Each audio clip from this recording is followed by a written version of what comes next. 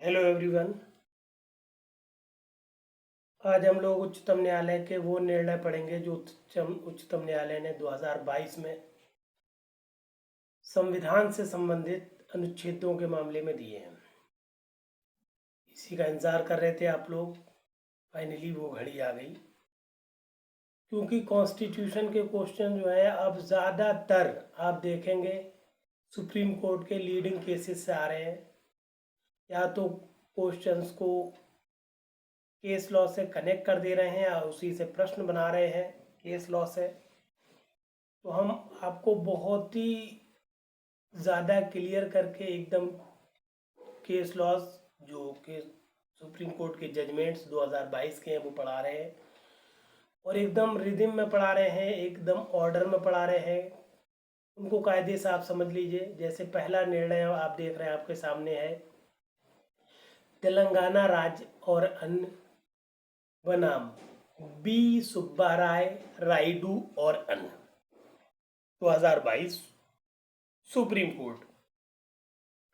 सबसे पहले प्रावधान देखें कि इसमें किस किस अनुच्छेद की बात की गई है, ये किस किस अनुच्छेद से संबंधित मामला है, किस किस अनुच्छेद की बात होगी तो कहाँ कहाँ पर आप इसको लिख सकते हैं वो देख लें। सबसे पहले अनुच्छेद 1, 2, 3, 5 और अनुच्छेद 19(1)ला, ये इतनी जगहों पर आप इस केस लॉ को लिख सकते हैं। मामला क्या है एग्जैक्टली देखें इसमें। आंध्र प्रदेश पुनर्गठन अधिनियम 2014 के प्रवृत्त होने तदनुसार नए राज्य तेलंगाना के गठन के बाद सेवारत प्रत्युत्तरदाता संख्या 1 जो नवगठित राज्य तेलंगाना में निवास कर रहा था के तेलंगाना में ही सेवारत या नियुक्त करने के विकल्प को राज्य सरकार एवं भारत सरकार द्वारा अस्वीकार किए जाने की वैधता एवं संवैधानिकता, जहाँ की उच्च न्यायालय की एकल पीठ एवं बाद में खंडपीठ ने भी आक्षेपित आदेशों के द्वारा प्रत्युत्तरदाता को तेलंगाना में ही नियुक्त करने का निर्देश दिया। समरी आपको समझ में आ गई होगी कि जब आंध्र प्रदेश का एक हिस्सा काट के तेलंगाना बना दिया गया था 2014 में, उस वक्त जो प्रत्युत्तरदाता संख्या 1 है वो वहाँ निवास करते थे। वो हिस्सा जो था तेलंगाना में पड़ता था, और इत्तेफाक से तेलंगाना में ही ये सेवारत से सेवा कर रहे थे। तो राज्य सरकार ने इनकी सेवा को अस्वीकार कर दिया कि आप जो है तेलंगाना क्षेत्र के नहीं है। आंध्र प्रदेश जब हिस्सा कट गया तो आप आंध्र प्रदेश वाले हिस्से में जाइए, उधर जाइए। केंद्र सरकार भी राज्य सरकार के समर्थन में उतर आई, उन्होंने भी उनकी सेवा को खत्म करना चाहा। उच्च न्यायालय गए, वहां पर एकल पीठ ने निर्णय दे दिया कि नहीं भाई, आप तेलंगाना में रह रहे हैं, आप वहाँ ड्यूटी करिए, अपनी सेवाएं जारी रखिए।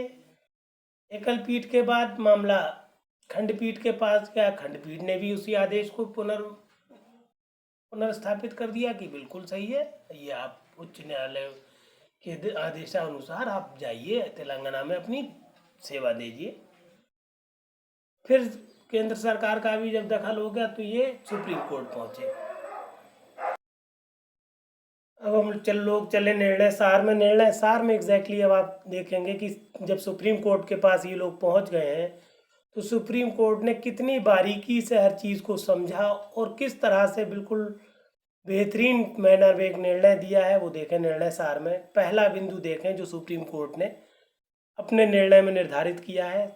सुप्रीम कोर्ट ने कहा, संविधान के अंतर्गत भारत राज्यों का एक संघ है, जो कि अनुच्छेद 1 कहता है, प्रत्येक राज्य का प्रत्येक भाग भारत का आंतरिक और अपृथक्करणीय भाग है। स्वीकृतता प्रत्युत्तरदाता भारत में जन्म लिया था, उसका अपना अधिवास भारत का क्षेत्र है। जब कोई ऐसा समायोजन या पुनर्गठन अनुच्छेद 2 और अनुच्छेद 3 के अनुसार होता है तब विद्वान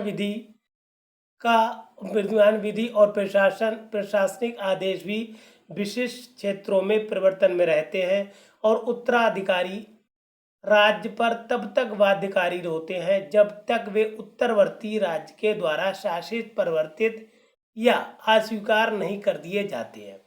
बिल्कुल क्लियर कर दिया सुप्रीम कोर्ट ने, क्योंकि हम लोग जहाँ भारत में रह रहे हैं वो राज्यों का एक संघ है और हर हिस्सा भारत का, चाहे वो किसी राज्य का पूरा पार्ट हो चाहे राज्य का भाग हो, सब कुछ भारत के अंतर्गत है।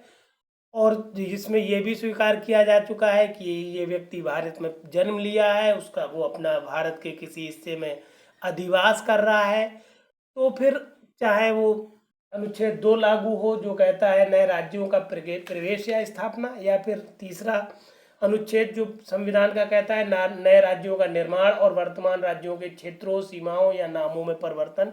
ऐसा कोई भी मामला हो रहा है, चाहे वो पुनर्गठन हो रहा है किसी राज्य का, चाहे वो किसी राज्य का समायोजन हो रहा है, तो हर मामले में क्या होगा, जो विधि प्रवृत्त है वो विधि प्रवृत्त रहेगी और किसी भी उत्तराधिकारी राज्य द्वारा ये नहीं कहा जा उत्तराधिकारी राज्य पर वो विधि बाध्यकारी है और तब तक वो उसको अस्वीकार नहीं कर सकता, उससे परे नहीं जा सकता जब तक कि नया संशोधन या किस नई कोई विधि परिवर्तन में ना आ जाए।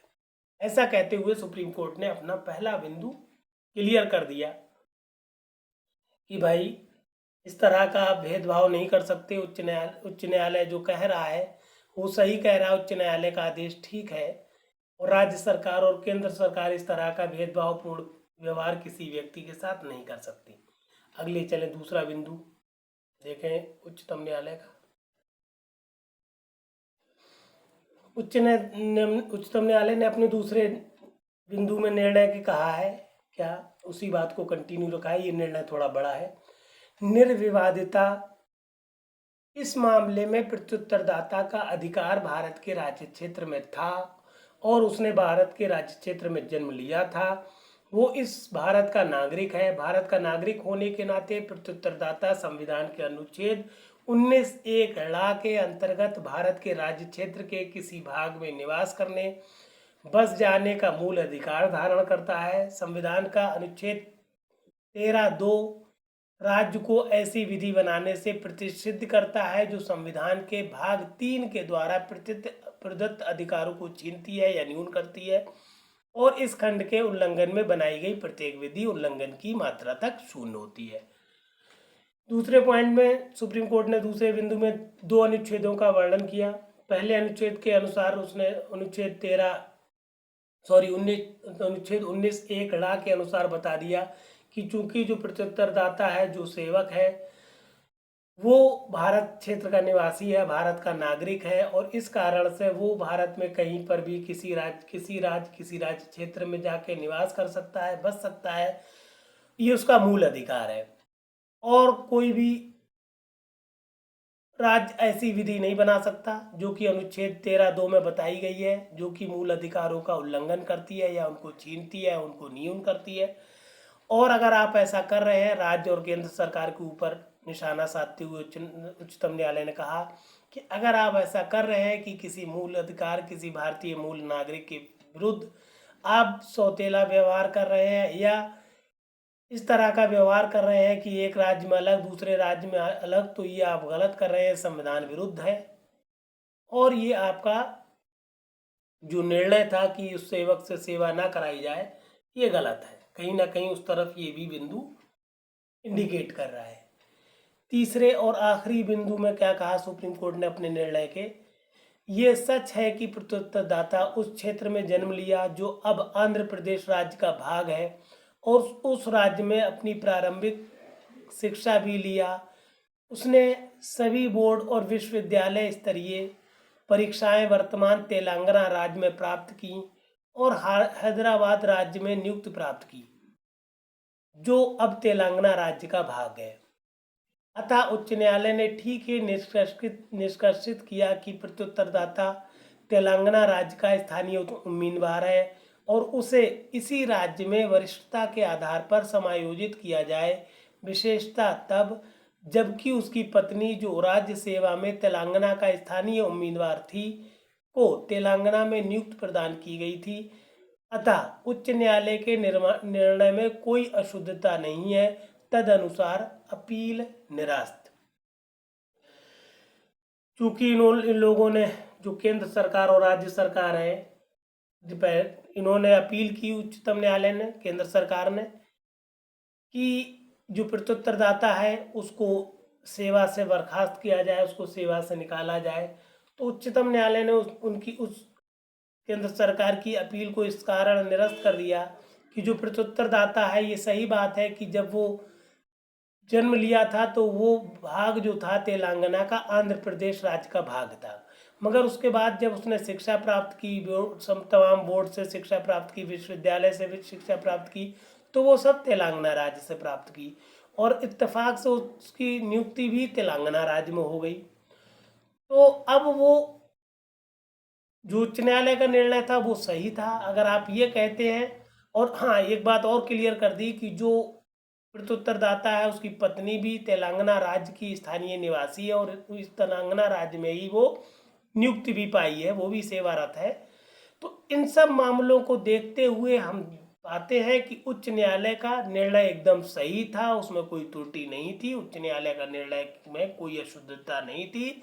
और केंद्र तथा राज्य सरकार की ये मांग करना कि अमुक व्यक्ति को तेलंगाना राज्य में सेवारत नहीं किया जा सकता, ये गलत है, संविधान के विरुद्ध है। इसलिए हम इस अपील को निरस्त करते हैं और जो सेवारत कर्मचारी है उसकी सेवा को आगे जारी रखने के लिए आदेशित करते हैं। इस तरह से ये बड़ा निर्णय था, आपको अच्छे से समझना था, क्योंकि अनुच्छेद 1, 2, 3, 5 ये नागरिकता से संबंधित भी है और मूल अधिकारों से संबंधित भी है। तो आप कई जगहों पर इस केस लॉ को लिख सकते हैं, इसलिए इस केस लॉ को बहुत ध्यान से आप समझ लीजिए। थोड़ा बड़ा निर्णय है, आप समझ पा रहे होंगे कि अनुच्छेद 13 का भी वर्णन है, 19 का भी वर्णन है, 1, 2, 3, 5 का भी वर्णन है। तो आप पूरा निर्णय अच्छे से समझ लीजिए, याद कर लीजिए और जिस जिस अनुच्छेद पे जितना आप मैटर चाहें उतना लिख दें। बहुत ज़्यादा मैटर लिखने की ज़रूरत नहीं है, आप चाहें तो उस अनुच्छेद में उतना वर्णन कर दें जितनी उस अनुच्छेद के लिए ज़रूरत है। जैसे अनुच्छेद 19 से संबंधित मामला आए तो आप सिर्फ पॉइंट 2 लिख दें, पॉइंट 13 से संबंध आए तो पॉइंट 2 लिख दें और बाकी मैटर आप अपनी समझ के हिसाब से उतना ही मैटर लिखें। अगर आप 4, 6, 10 लाइनें भी लिखते हैं निर्णय में, निर्णय सार की, तो ये मैटर पर्याप्त होता है, आपको पूरे मार्क्स मिलते हैं। केस लॉ अच्छे से ध्यान रखिए और केस लॉ के बेस पे ही ये जो हम अब आपको कॉन्स्टिट्यूशन पढ़ा रहे हैं इसको तैयार करिए, क्योंकि कॉन्स्टिट्यूशन बहुत बड़ा सब्जेक्ट है। बाकी हमने मैटर आपको सारे इंपॉर्टेंट अनुच्छेद पढ़ा दिए हैं अपने कॉन्स्टिट्यूशनल पार्ट में। आप प्लेलिस्ट में जाएंगे, भारत का संविधान ऑल कंप्लीट कॉन्स्टिट्यूशन करके हमने प्लेलिस्ट बनाती है। कंप्लीट कॉन्स्टिट्यूशन की प्लेलिस्ट में जाके आप मैटर को समझ लें और यहाँ से केस लॉज को आप कंप्लीट करने के बाद ये मैटर आपका कंप्लीट हो जाएगा। कहीं ना भटके, अच्छे से तैयारी करें और सिलेक्शन पाएँ और सारे साथियों को भी सिलेक्शन दिलाने के लिए इस मैटर को शेयर करें। मेहनत से ये बना रहे हैं हम, एक एक पॉइंट, कहीं भी एक वर्ड की भी गलती अपनी तरफ से नहीं कर रहे हैं। कंप्लीट आप विश्वास कर सकते हैं, पूरा एकदम वेल डिज़ाइंड नोट्स हैं ये, बेहतरीन लिखिए, बेहतरीन तैयार करिए और हाँ प्लीज़ चैनल को सब्सक्राइब ज़रूर करिए। आगे चले हम लोग। अब ये जो निर्णय नंबर 2 है, इसका जो नाम है, जो वादी प्रतिवादी हैं, ये थोड़ा सा टिपिकल है, इनको बहुत ध्यान से आपको समझना है। पट्टाली मक्काल काची ये वादी हैं, बनाम ए मेइलेरू मपेरुमल, AIR 2022 सुप्रीम कोर्ट। AIR में देखिए AR लिखा हुआ है, लग रहा है AR रहमान लिख दिया है, तो ये AIR है, AIR ऑल इंडिया रिपोर्ट होता है इसकी फुल फॉर्म। तो इस निर्णय नंबर 2 का प्रावधान पहले समझ लें। ये अनुच्छेद 14, 15 और 16 से संबंधित है। तीनों ही अनुच्छेद बहुत इंपॉर्टेंट है। खास तौर से 14 अनुच्छेद में मैटर बहुत कम होता है, इसलिए अनुच्छेद 14 से संबंधित जब भी कोई मामला आए तो इस केस लॉ को आप हमेशा के लिए याद कर लें, क्योंकि ये लेटेस्ट मैटर है। लेटेस्ट निर्णय है, लेटेस्ट जजमेंट है, तो हर जगह आप इसको लिख सकते हैं। हुआ क्या था, मैटर क्या है, राइज हुआ है इसमें। पहला बिंदु है इसमें, मात्र जाति के आधार पर तमिलनाडु सरकार द्वारा पिछड़े वर्गों को अन्य उपवर्गों में वर्गीकृत कर करके या किए गए वर्गीकृत करके किए गए आंतरिक आरक्षण की वैधता और संवैधानिकता।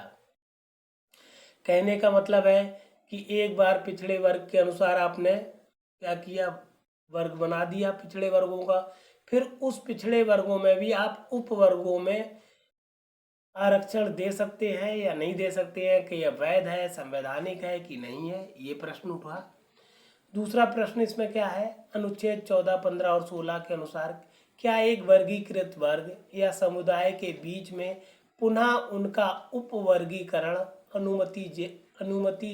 अनुमति योग्य है। ये भी उसी से थोड़ा सा संबंधित है कि एक बार वर्गीकृत कर दिए गए तो क्या उपवर्गीकृत की जाने की अनुमति दी जा सकती है या नहीं। तीसरा और आखिरी प्रावधान या प्रश्न है कि अनुच्छेद 342 का, ये एग्जैक्टली आपको ध्यान रखना होगा कि अनुच्छेद 342 का जो है ये जोड़ा ही गया है 2018 में, अंता स्थापित किया गया है। ये कहलाता है 342 का सामाजिक और शैक्षिक दृष्टि से पिछड़े वर्ग। इन सामाजिक और शैक्षिक दृष्टि से पिछड़े वर्गों के लिए इस अनुच्छेद को 342 का को अंता स्थापित किया गया है 2018 में। तो अब चूंकि अगर 342 का कहीं पर आपसे पूछ लिया जाता है तो उससे संबंधित ये बहुत बेहतरीन आपके पास केस लॉ हो जाएगा। अभी हमने बताया आपको 2018 में 102वां संशोधन हुआ, उसके द्वारा ये अंता स्थापित हुआ है अनुच्छेद 342 का। इसी के बाद और संविधान 105वां संशोधन भी हुआ है 2021 में, के परिवर्तन के बाद राज्यों की अन्य पिछड़े वर्ग के आरक्षण के लिए विधि निर्माण करने की क्षमता। बहुत बड़ा विवाद इस टाइम चल रहा है कि पिछड़ों को आरक्षण देना चाहिए या नहीं देना चाहिए, कितना देना चाहिए, या फिर सवर्णों को भी आरक्षण मिलना चाहिए नहीं मिलना चाहिए, जो EWS के वर्ग के लोग हैं उनको मिलना चाहिए नहीं मिलना चाहिए, कितना मिलना चाहिए।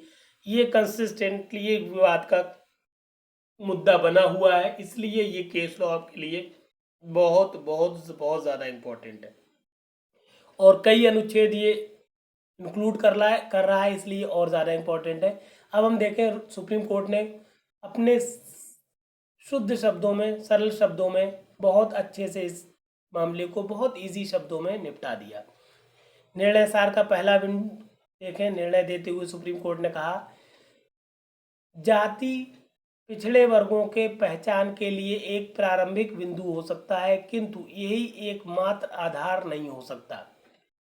बिल्कुल क्लियर कर दिया कि जाति जो है वो एक तरह से पिछड़े वर्ग के लिए ये बताती है कि इतने लोग इस पिछड़ी जाति में आते हैं। अब सिर्फ एक लाइन लिखने के बाद ये बात आप नहीं कह सकते कि उसमें आगे वर्गीकृत नहीं करिए या ये सब ना करिए, और यही एक मात्र आधार नहीं है, आगे इसमें और भी वर्गीकरण या उप वर्गीकरण की ज़रूरत है, ऐसा बता रहा है दूसरे बिंदु में सुप्रीम कोर्ट। दूसरे बिंदु में कहा है, किसी वर्गीकृत वर्ग या समूह या समुदाय का पुनः उपवर्गीकरण अनुमति योग्य है। बिल्कुल क्लियर कर दिया सुप्रीम कोर्ट ने कि अगर एक बार आपने पिछले वर्गों को वर्गीकृत कर दिया है तो आगे आप उसको उपवर्गीकृत कर सकते हैं, उपवर्गों में डिवाइड कर सकते हैं। ये पूरी तरह से संवैधानिक है, विधिपूर्ण है और अनुमतिजन्य योग्य है। इसमें इसकी आपको पूरी तरह से छूट है, आप उपवर्गीकृत कर सकते हैं। तीसरा और आखिरी बिंदु सुप्रीम कोर्ट ने क्या कह दिया, तीसरे और आखिरी बिंदु में कह रहा है सुप्रीम कोर्ट, अनुच्छेद 342 का के संदर्भ में डॉक्टर लक्ष्मण राव पाटिल बनाम मुख्यमंत्री और अन्य 2021 का सुप्रीम कोर्ट का मामला है के मामले में संवैधानिक पीठ द्वारा स्थापित विधि के अधीन ही राज्य विधि निर्माण करने के लिए समर्थ है। सुप्रीम कोर्ट ने क्लियर कर दिया कि आप जितने जो भी राज्य हैं भारत में स्थित, तो उन सब राज्यों में जो आपको शक्ति है 342 का में संशोधन की, वो शक्ति आपको हमने प्रदान करती है। सुप्रीम कोर्ट कह रहा है कि हमने अपने निर्णय जो 2021 में दिया है, लक्ष्मण राव पाटिल बनाम मुख्यमंत्री और अन्य, उसके अनुसार आप उसके अधीन रहते हुए आप क्या कर सकते हैं, अधीन रहते हुए राज्य विधि आप विधि का निर्माण कर सकते हैं, उसमें के लिए आप समर्थ हैं। उसके आगे नहीं निकलेंगे, उससे उसकी सीमाओं से परे नहीं जाएंगे। फिर आगे टोटल मामले को एक निचोड़ में परो दिया सुप्रीम कोर्ट ने, कह दिया इस मामले में इंदिरा साहनी बनाम भारत संघ जो 1992 में स्थापित विधि के विचार में तमिलनाडु सरकार द्वारा मात्र जाति के आधार पर उपवर्गीकरण करके एक जाति विशेष को आरक्षण देने संबंधी प्रश्नगत अधिनियम 2021 को अनुच्छेद 14, 15 और 16 के अधिकारातीत घोषित करते हुए उच्च न्यायालय का निर्णय पुष्टित। बिल्कुल क्लियर कर दिया सुप्रीम कोर्ट ने कि जो उच्च न्यायालय ने निर्णय दिया था, इस उच्च न्यायालय से पहले निर्णय दे चुका है कि राज्य को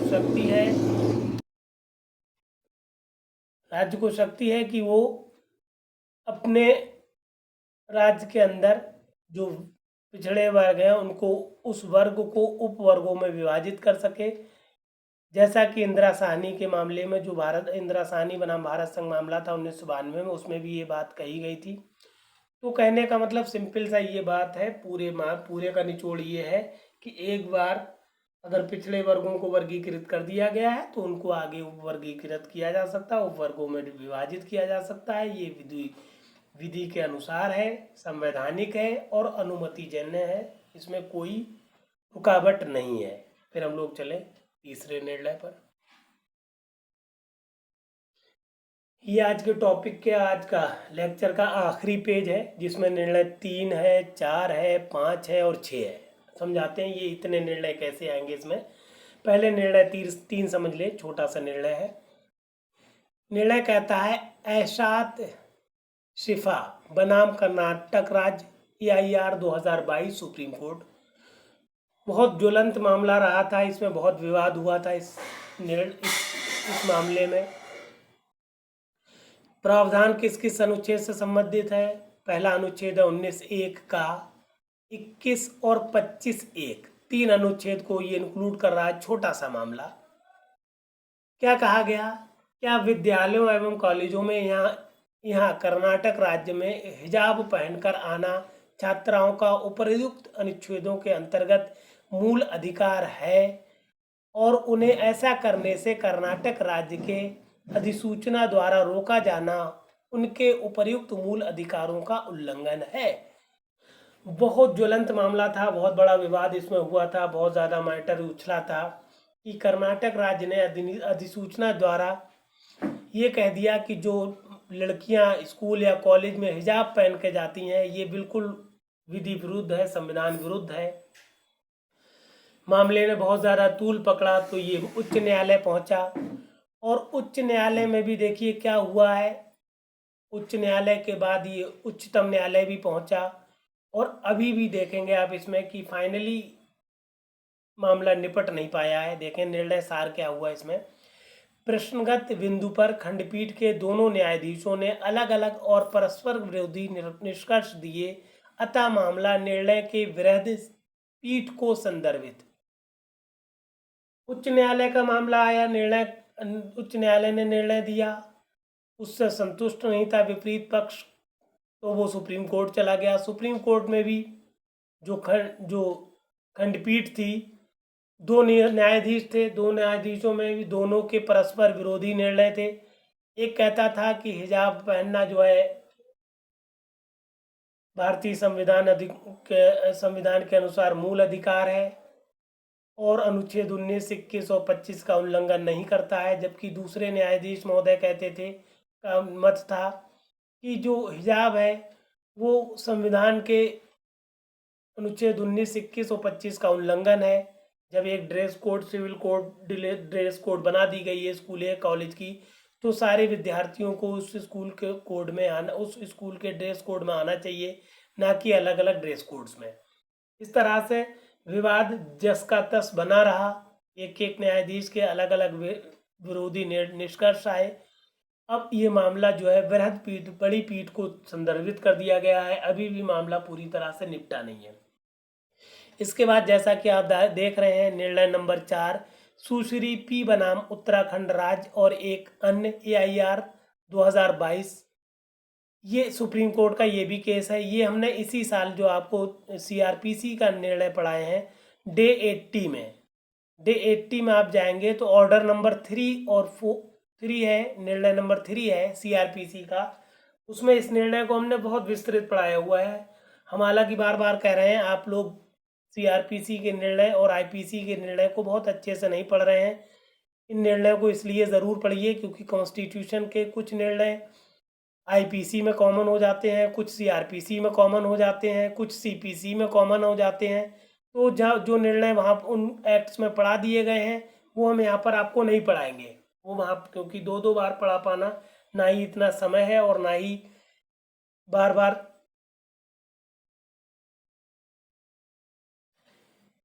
निर्णय नंबर 5 देखें, चंडी पुलिया बनाम पश्चिम बंगाल राज्य, AIR 2022 सुप्रीम कोर्ट। ये हम आपको डे 81 का जो वीडियो है उसमें हम निर्णय नंबर 6 में पढ़ा चुके हैं। ये भी CRPC से संबंधित निर्णय था। वहाँ पर हमने बताया ये संवैधानिक पीठ का है निर्णय, वहाँ पर विस्तृत वर्णन किया हुआ है हमने। फिर आ जाइए, छठा निर्णय क्या है, सुखपाल सिंह खैरा बनाम पंजाब राज्य, AIR 2022 सुप्रीम कोर्ट। ये भी डे 81 में है। ये निर्णय नंबर 7 है। ये भी CRPC से संबंधित है। कहने का मतलब है, आप सारे जजमेंट जो कि हमने 74 डेज से शुरू किए हुए हैं और अभी आप पढ़ रहे हैं 91 डे, आगे भी कंटिन्यू रहेगा। तो 70 पहले के निर्णय, अगर आपको मैटर पढ़ना है तो आप 71 से लेकर 73 तक के वीडियोस को देखिए। और अगर आपको निर्णय क्योंकि अगर नहीं लगाना है निर्णय, तो आपको पढ़ना ही पढ़ना है 2022 के सुप्रीम कोर्ट के। अगर आप ये नहीं पढ़ते हैं तो आप बहुत बड़ा धोखा उठाएंगे, क्योंकि जितने भी मामले डिसाइड हो रहे हैं उन बेस पे ही प्रश्न बनेगा या प्रॉब्लम बनेगी, समस्या बनेगी, या उन अनुच्छेदों से संबंधित प्रश्न आएंगे। तो आपको ये सारे निर्णय आपको लिखना है। अपने निर्णय जो अपने आंसर राइटिंग करेंगे उसमें निर्णय लिखें, निर्णय सार लिखें। सिर्फ प्रावधान आप समझने के लिए है और निर्णय सार आप वहाँ लिखें।